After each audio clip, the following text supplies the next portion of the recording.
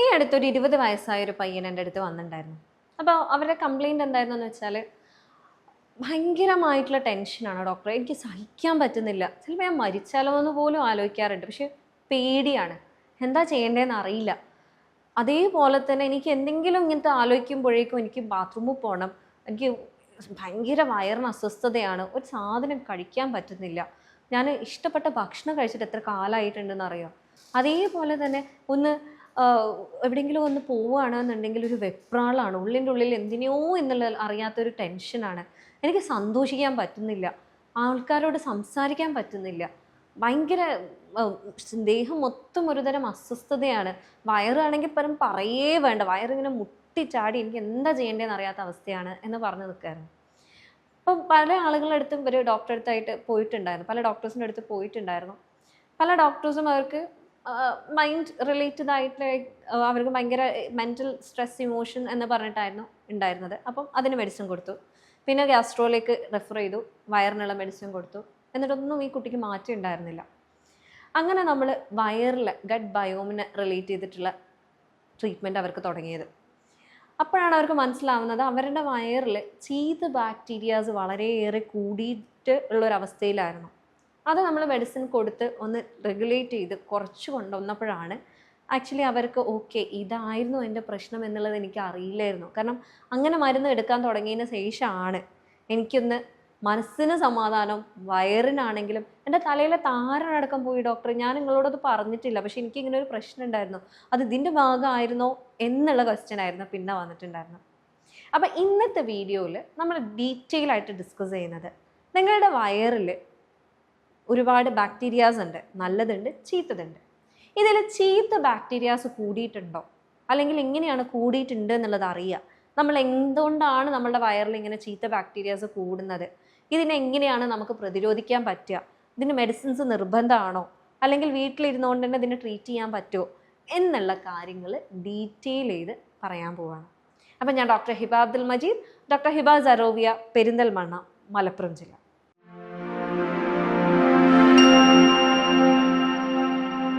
അപ്പോൾ ഇതിൽ ആദ്യം തന്നെ പറയാനുള്ളത്, ബാക്ടീരിയാസ് ഉണ്ട്. നമ്മൾ അധികം ആൻറ്റിബയോട്ടിക്സ് എന്ന് പറയുമ്പോൾ ചില ആളുകൾക്ക് ഉണ്ട് ഈ ഒരു ഇഷ്യൂസ് വരാറുണ്ട്. പല രീതിയിലുള്ള ബാക്ടീരിയാസ് വയറിലുള്ളത് ഇല്ലാണ്ടായിപ്പോൾ ഒരുപാട് കാലം ഡോക്ടറിൻ്റെ പോലും കൺസൾട്ടേഷൻ ഇല്ലാണ്ട് സ്വയം ചികിത്സിക്കുന്ന ആളുകളുണ്ട്. അപ്പോൾ അവരിലൊക്കെ ഈ തരത്തിൽ വയറിൻ്റെ ഇഷ്യൂസ് ഒരുപാടായിട്ട് നമ്മൾ കണ്ടുവരുന്നുണ്ട്. അപ്പോൾ ഇതിൽ പറയാനുള്ളത്, എങ്ങനെയാണ് ഇതിനെ തിരിച്ചറിയുക എന്നുള്ളത് നോക്കുകയാണെന്നുണ്ടെങ്കിൽ അതിൽ ആദ്യം തന്നെ പറയാനുള്ളത്, ചിലപ്പോൾ നിങ്ങൾക്ക് ഭയങ്കരമായിട്ട് ഡയറി ആയിരിക്കും, അല്ലെങ്കിൽ ലൂസ് മോഷൻ, എപ്പോഴും ലൂസ് മോഷൻ, ഏത് നേരം ലൂസ് മോഷൻ, ഒരു ദിവസം പോകുന്നതിന് കണക്കില്ല. ഇനി അതല്ല, ലൂസ് മോഷൻ ഒന്നും ഇങ്ങനെ നിന്ന് വന്നു എന്ന് തോന്നിക്കഴിഞ്ഞാൽ നെക്സ്റ്റ് ഡേ മുതൽ പിന്നെ എനിക്ക് വയറ്റിൽ പോകുന്നേ ഇല്ല, എന്താ ചെയ്യേണ്ടതെന്ന് അറിയില്ല ഡോക്ടറെ. ഒന്നെങ്കിൽ ലൂസ് മോഷൻ, അല്ലെങ്കിൽ ഭയങ്കരമായിട്ട് ഉറച്ചു നിൽക്കുകയാണ്. ഇതിൻ്റെ ഇടയിലുള്ള ഒരു അവസ്ഥയിലേക്ക് എനിക്ക് എത്താനേ പറ്റുന്നില്ല. ഞാൻ കഴിക്കാൻ പറ്റുന്ന എല്ലാ ഭക്ഷണവും കഴിക്കുന്നുണ്ട്, ഡോക്ടർ പറഞ്ഞു ഫൈബർ കഴിക്കണം, ഞാൻ കഴിക്കുന്നുണ്ട്, മോര് കുടിക്കണം, ഞാൻ കുടിക്കുന്നുണ്ട്, എനിക്കറിയില്ല ഇനി എന്താ ഞാൻ ഇതിൽ ചെയ്യേണ്ടത് എന്ന് പറയുന്ന ആളുകളുണ്ട്. അപ്പം ഒന്നെന്ന് പറയുന്നത്, അവർക്ക് ഒന്നെങ്കിൽ കോൺസ്റ്റിപ്പേഷൻ, അല്ലെങ്കിൽ വയർ ഉറച്ച് നിൽക്കുകയാണ്, അല്ലെങ്കിൽ അവർക്ക് ഭയങ്കര ലൂസ് മോഷനാണ്. രണ്ടാമത്തെ ബുദ്ധിമുട്ട് എന്ന് പറയുന്നത്, അവർ കഴിക്കുന്ന ഭക്ഷണം ഒന്നും അവരുടെ ശരീരത്തിലേക്ക് വലിച്ചെടുക്കാനുള്ളൊരു സമയം കിട്ടുന്നില്ല. അപ്പോഴേക്കും അത് ഒന്നെങ്കിൽ പോവാണ്, അല്ലെങ്കിൽ അത് അവിടെ സ്റ്റക്കായി നിൽക്കുകയാണ്. ഡൈജഷൻ കറക്റ്റായിട്ട് നടക്കുന്നില്ല, കാരണം നല്ല ബാക്ടീരിയാസ് അവിടെ കുറവാണ്. അപ്പോൾ അതുകൊണ്ട് തന്നെ ഈ ന്യൂട്രീഷ്യൻസ് കുറവായതുകൊണ്ട് നമ്മൾ എത്ര ഫുഡ് കൊടുത്താലും അവൾ കഴിക്കുന്ന പോലെ വേറൊരാളും ഞങ്ങൾ കൊടുത്ത് കഴിക്കുന്നില്ല എന്ന് പറയുന്ന ആളുകളുണ്ട്.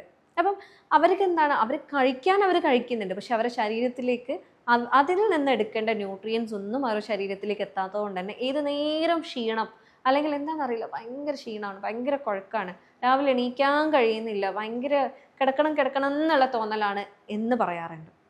അതേപോലെ തന്നെയാണ് മൈൻഡ് റിലേറ്റഡ് ആയിട്ടുള്ള സ്ട്രെസ്സ്, ഭയങ്കര പേടി, ഭയങ്കര എന്താണ് കാര്യം എന്നറിയാതെ ഒരു ആദി, എന്തിനാണെന്നറിയില്ല, ഉള്ളിൻ്റെ ഉള്ളിൽ ഇവിടെ എന്തോ ഒരു തരം വിങ്ങലാണ് ഡോക്ടർ, എനിക്ക് സഹിക്കാൻ പറ്റുന്നില്ല, ഞാൻ എന്തെങ്കിലും ചെയ്തു പോകുമെന്ന് പേടിയാണ്, അല്ലെങ്കിൽ ചുറ്റിലുള്ള ആളുകൾ ഇനി എന്താ പറയാൻ പോകുന്നത്, എനിക്കിത് സഹിക്കാൻ പറ്റുന്നില്ല എന്ന് പറയുന്ന ആളുകളുണ്ട്. ഇത് പലപ്പോഴും രണ്ട് രീതിയിൽ വരാറുണ്ട്. ചില ആളുകൾക്ക് മൈൻഡ് റിലേറ്റഡ് കോസ് കാരണം ഈ ഒരവസ്ഥയിലേക്ക് വരാറുണ്ട്. ചില ആളുകൾക്ക് ഇത് റിലേറ്റഡ് ആയിട്ടും ഈ മൈൻഡ് റിലേറ്റഡ് ഇത് വരാറ്. അതായത് ആദ്യം ചിലർക്ക് മൈൻഡ് റിലേറ്റഡ് ആയിട്ടുള്ള സിംറ്റംസ് ആയിരിക്കും വരിക, ചിലർക്ക് വയറിൻ്റെ സിംറ്റംസ് കഴിഞ്ഞിട്ടായിരിക്കും മൈൻഡ് റിലേറ്റഡ് സിംറ്റംസിലേക്ക് പോകാറുള്ളത്. അപ്പം അതും ഇതും തമ്മിൽ ഭയങ്കര ഒരു നിങ്ങൾ ശ്രദ്ധിക്കേണ്ട ഒരു കാര്യമാണ്. അപ്പം നിങ്ങൾക്ക് ഓവറായിട്ട് ആൻസൈറ്റി വരുന്നുണ്ട്, ഒട്ടും സഹിക്കാൻ പറ്റുന്നില്ല എന്നാണെങ്കിൽ നിങ്ങളുടെ ബാക്കിയുള്ള അവസ്ഥകൾ എങ്ങനെയാണ് എന്നുള്ളത് എന്തായാലും നോക്കേണ്ടതുണ്ട്.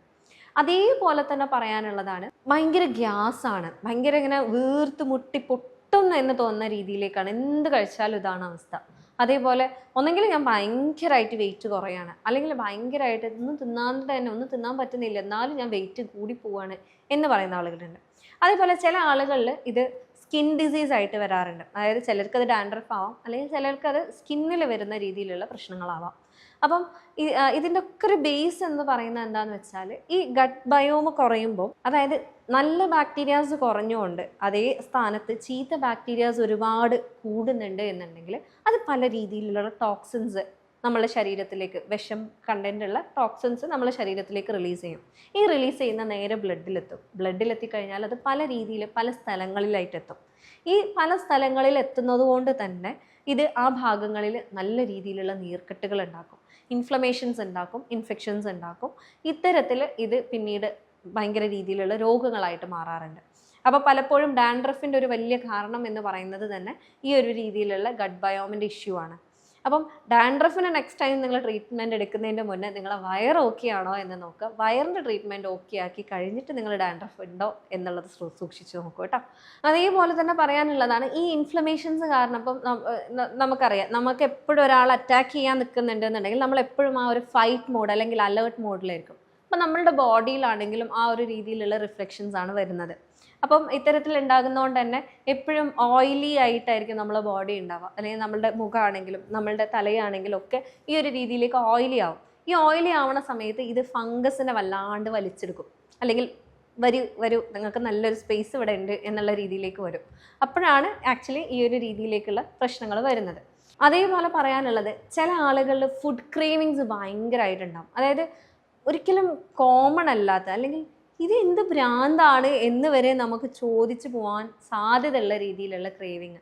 അത് പലപ്പോഴും നമ്മൾ കണ്ടിട്ടുണ്ടാകും. രക്തം കുറവുള്ള ആളുകളിൽ നിങ്ങൾ കണ്ടിട്ടുണ്ടാകും, ഈ ചുമരിൻ്റെ ഇത് കഴിക്കുക, ചോക്ക് കഴിക്കുക, പെൻസിൽ കഴിക്കുക, ആ രീതിയിലുള്ള പല അൺഡൈജസ്റ്റബിൾ ആയിട്ടുള്ള അൺയൂഷ്വൽ ആയിട്ടുള്ള ക്രേവിങ്സ് ഇത്തരം ആളുകളിൽ ഉണ്ടാകും. അപ്പം ഇതൊക്കെയാണ് സാധാരണഗതിയിൽ ഒരു ബാഡ് ഗട്ട് ബയോം ഉള്ള, അല്ലെങ്കിൽ ഒരു മോശപ്പെട്ട രീതിയിലുള്ള ഒരു ഗട്ട് ബയോം ഉള്ള ഒരാളിൽ ഉണ്ടാകാൻ പോകുന്ന സിംറ്റംസ് എന്ന് പറയുന്നത്. ഇനി ഈ സിംറ്റംസ് ഒക്കെ ഉണ്ടെന്നുണ്ടെങ്കിൽ, അല്ലെങ്കിൽ ഇതിൽ എന്തൊക്കെയോ കാര്യങ്ങൾ നിങ്ങൾക്ക് ഉണ്ടെന്നുണ്ടെങ്കിൽ, നിങ്ങളുടെ ഗട്ട് ബയോമിനെ പഴയ രീതിയിലേക്ക് കൊണ്ടുവരാൻ പറ്റണം എന്ന് നിങ്ങൾ ആഗ്രഹിക്കുന്നുണ്ടെന്നുണ്ടെങ്കിൽ ഇതിൽ ചെയ്യേണ്ട കുറച്ച് കാര്യങ്ങളുണ്ട്. ഇതിൽ ആദ്യം തന്നെ ഒന്ന് പറയാനുള്ളത്, സ്ട്രെസ്സിന് ദൂരെ പോ. കാരണം സ്ട്രെസ് എന്ത് വന്നാലും നമ്മളുടെ ബോഡിയിൽ അറിയാണ്ട് ഇൻഫ്ലമേഷൻസ് വരുന്നുണ്ട്. അപ്പോൾ പറ്റുന്നതും അവോയ്ഡ് ചെയ്യാം, അതായത് അല്ലെങ്കിൽ അത്തരം സാഹചര്യങ്ങളിൽ നിന്ന് മാറി നിൽക്കുക എന്നുള്ളതാണ്. 2 എന്ന് പറയാനുള്ളത്, ഫുഡിൽ പല രീതിയിൽ നമ്മൾ കേട്ടിട്ടുണ്ടാകും പ്രോബയോട്ടിക്, പ്രീബയോട്ടിക് എന്ന് പറയുന്ന ഫുഡ്. അപ്പോൾ ഇതെന്ന് പറയുന്നത് നമ്മളുടെ വയറിലുള്ള നല്ല ബാക്ടീരിയാസിനെ ഇംപ്രൂവ് ചെയ്യാൻ ഹെൽപ്പ് ചെയ്യുന്നതാണ്.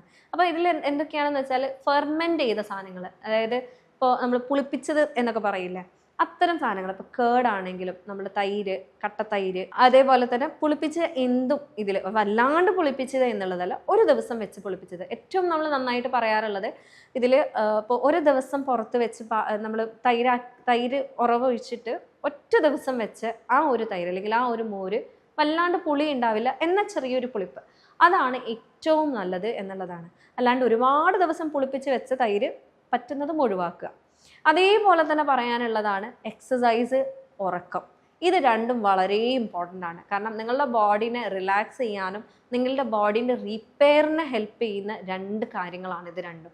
ഇത് നമ്മൾ ശ്രദ്ധിക്കാതെ വേറെ എത്ര മരുന്ന് നിങ്ങൾ കഴിച്ചിട്ടും കാര്യമില്ല. അതേപോലെ തന്നെ അതിൽ പറയാനുള്ളത്, ചില ആളുകൾക്ക് ചില ഫുഡിനോട് ഭയങ്കരമായിട്ട് ബുദ്ധിമുട്ടുണ്ടാവും. അത് നിങ്ങളിപ്പോൾ ട്രീറ്റ്മെൻറ്റ് എടുക്കുന്ന ഒരു ടൈം ആണെന്നുണ്ടെങ്കിൽ അത്തരം ഫുഡ് നിങ്ങൾ മാക്സിമം ഒഴിവാക്കാം. ചില ആളുകൾ പറയാറുണ്ട്, ഞാൻ ട്രീറ്റ്മെൻ്റ് ഒന്നും എടുക്കുന്നില്ല, പക്ഷേ എനിക്കിഷ്ടമുള്ള പല കാര്യങ്ങളും കഴിക്കാറില്ല. ഡോക്ടർക്ക് അറിയാം, മാങ്ങ വരെ കഴിച്ചാൽ എനിക്ക് വയറ്റുന്നു പോകും, അല്ലെങ്കിൽ എനിക്ക് തീരെ സഹിക്കാൻ പറ്റാത്ത രീതിയിലേക്ക് എൻ്റെ വയറെത്താറുണ്ട് എന്ന് പറയാറുണ്ട്.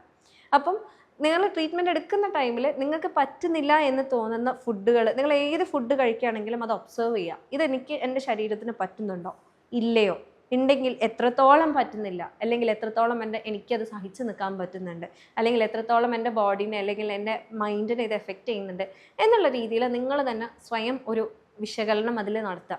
നിങ്ങൾ കഴിക്കുന്ന ഫുഡിൽ അത്തരം രീതിയിൽ നിങ്ങൾക്ക് ഒഴിവാക്കാൻ പറ്റുന്ന കുറച്ച് ഫുഡ് ഉണ്ടാവും. അതിൻ്റെ കൂടെ നിങ്ങൾ ട്രീറ്റ്മെൻറ്റും കൂടെ കൊണ്ടുപോവുകയാണെന്നുണ്ടെങ്കിൽ പിന്നീട് അത് കഴിക്കാനും പറ്റുന്ന രീതിയിലേക്ക് നിങ്ങൾക്ക് എത്താൻ പറ്റാറുണ്ട്. അപ്പം പിന്നെ ഇതിൽ പറയാനുള്ളത് എന്താണെന്ന് വെച്ചാൽ, നമ്മൾ ഇന്നത്തെ കാലഘട്ടത്തിൽ നല്ല രീതിയിൽ സോഡ ഡ്രിങ്ക്സ് അല്ലെങ്കിൽ കാർബണേറ്റഡ് ഡ്രിങ്ക്സ് ഭയങ്കരമായിട്ട് ആസ്വദിക്കുന്ന ആളുകളാണ്. മൊജിത്തോ അല്ലെങ്കിൽ അങ്ങനത്തെ പല രീതിയിലുള്ള കോക്ടെയിൽസ് എന്നൊക്കെ പറഞ്ഞിട്ട് നമ്മൾ ഇഷ്ടപ്പെടുന്ന കുറച്ച് കാര്യങ്ങളുണ്ട്. അതേപോലെ തന്നെയാണ് പ്രോസസ്ഡ് ഫുഡിൻ്റെ കാര്യമാണെങ്കിലും. ഇൻസ്റ്റൻ്റ് ആയിട്ട് എന്ത് കാര്യവും ഉണ്ടാക്കാൻ പറ്റിക്കഴിഞ്ഞാൽ അതാണല്ലോ നമ്മൾ ഏറ്റവും എൻജോയ് ചെയ്യുന്ന കാര്യം. കാരണം അത്രയും ടൈം ലാഭിക്കാമല്ലോ എന്നുള്ള രീതിയിൽ. പക്ഷേ ഇതിലൊക്കെ ഈ പറയുന്ന ബാഡ് ഗട്ട് ബയോം അല്ലെങ്കിൽ ചീത്ത ബാക്ടീരിയാസ് നമ്മളുടെ വയറിൽ കൂടാനുള്ള ചാൻസസ് വളരെ കൂടുതലാണ്. അപ്പോൾ എപ്പോഴും ശ്രദ്ധിക്കേണ്ടത് നിങ്ങൾ ഭയങ്കര ഷുഗറി ആയിട്ടുള്ള കാര്യങ്ങൾ, കാരണം ഇൻഫ്ലമേഷൻസ് കൂട്ടാനുള്ള സാധ്യതയുണ്ട് ഷുഗറിന്. അതേപോലെ തന്നെ പ്രോസസ്ഡ് ആയിട്ടുള്ള ഭക്ഷണങ്ങൾ വല്ലാണ്ട് കഴിക്കുന്നതും മാക്സിമം നിങ്ങൾ നിങ്ങളുടെ ഭക്ഷണത്തിൽ നിന്ന് ഒഴിവാക്കുക. അപ്പം ഇത്തരം രീതികളിലെല്ലാം നിങ്ങൾ നോക്കിയിട്ടും നിങ്ങൾക്ക് മാറ്റം വരുന്നില്ല എന്നാണെങ്കിൽ എന്തായാലും ഇതിന് വേണ്ടിയിട്ട് മെഡിക്കേഷൻ എടുക്കേണ്ടതാണ്. അപ്പോൾ നിങ്ങൾക്ക് എന്നെ കോൺടാക്ട് ചെയ്യാവുന്നതാണ്.